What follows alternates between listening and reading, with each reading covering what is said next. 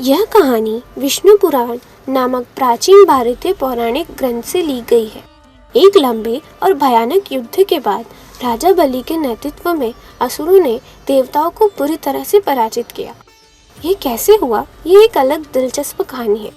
इस हार के बाद देवताओं और राक्षसों ने क्षीर सागर का मंथन करने के लिए सहयोग किया, जहाँ भगवान विष्णु निवास करते हैं। ऐसा माना जाता है कि आकाशगंगा, जिसे मिल्की वे के नाम से भी जाना जाता है, इसे भारतीय पौराणिक कथाओं में दूध का सागर कहा जाता है। मंथन के दौरान समुद्र से कई दिव्य वस्तुएं प्राप्त हुई। उनमें विभिन्न देवों और असुरों में वितरित किया गया। अंत में जो निकला वो अमृत था, लेकिन अमृत केवल देवताओं के लिए था, क्योंकि असुरों जैसे दुष्ट शक्तियों को अमृत नहीं दिया जा सकता था। सभी देवता अमृत का घूंट पीने के लिए एक पंक्ति में बैठ गए। स्वरभानु नामक एक राक्षस ने देवताओं का वेश धारण कर देवताओं के बीच जाकर बैठ गया। जैसे ही वह अमृत पी रहा था, उसके दोनों ओर बैठे सूर्य और चंद्रदेव को एहसास हुआ कि वह छद्मवेश में राक्षस है। उन्होंने शोर मचाया और भगवान विष्णु ने तुरंत अपने सुदर्शन चक्र से स्वरभानु का सिर काट दिया। लेकिन स्वरभानु तब तक अमृत का घूंट पी लिया था और वह उसके गले में था, इसलिए उसका सर और बाकी शरीर अमर हो गया और आज भी जीवित है। राहु स्वरभानु का सिर है और केतु बिना सिर वाला शरीर है।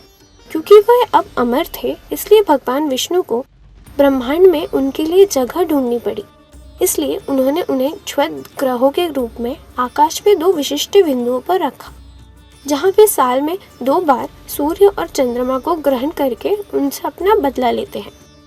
भारतीय पौराणिक कथाओं की कहानियाँ हजारों साल पहले बनी हैं। यह कहानियाँ आने वाली पीढ़ियों को आसानी से ज्ञान देने में मदद करेगी। यह भी ध्यान देने योग्य है कि ये कहानियाँ आधुनिक वैज्ञानिक उपकरणों की मदद के बिना हजारों वर्षों के अवलोकन और अध्ययन के आधार पर बनाई गई थी।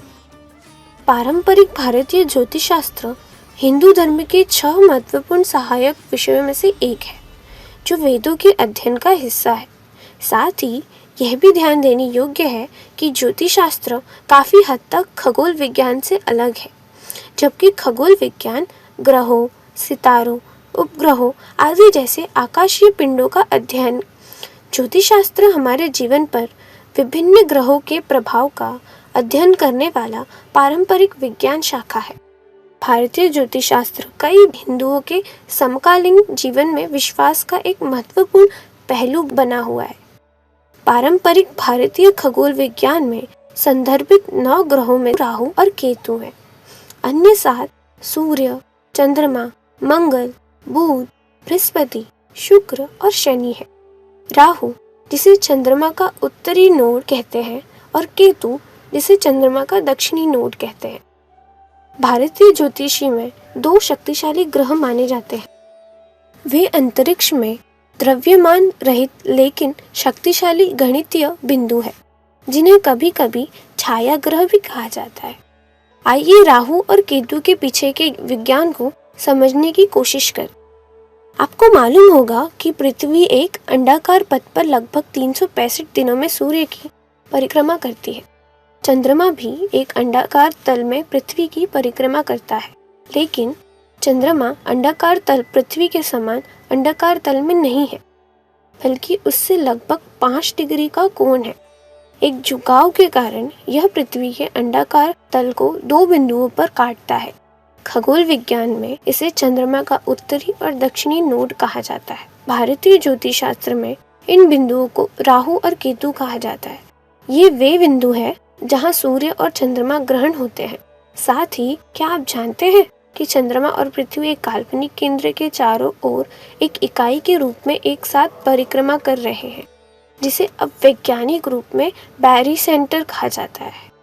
यह भी अपनी दिशा के कारण पृथ्वी के विपरीत दिशा में घूमता हुआ प्रतीत होता है। ये सब के कारण ग्रहों की गति बहुत जटिल हो जाती है। पारंपरिक भारतीय खगोल विज्ञान हजारों वर्षों के खगोलीय अवलोकन के आधार पर सहस्राब्दियों में विकसित हुआ है। चूंकि पारंपरिक भारतीय ज्योतिष शास्त्र को केवल आंखों से किए गए अवलोकन पर आधारित था, ग्रहणों के दौरान सूर्य, पृथ्वी और चंद्रमा की विशाल गुरुत्वाकर्षण ऊर्जाएं एक दूसरे के साथ संरेखित होती हैं।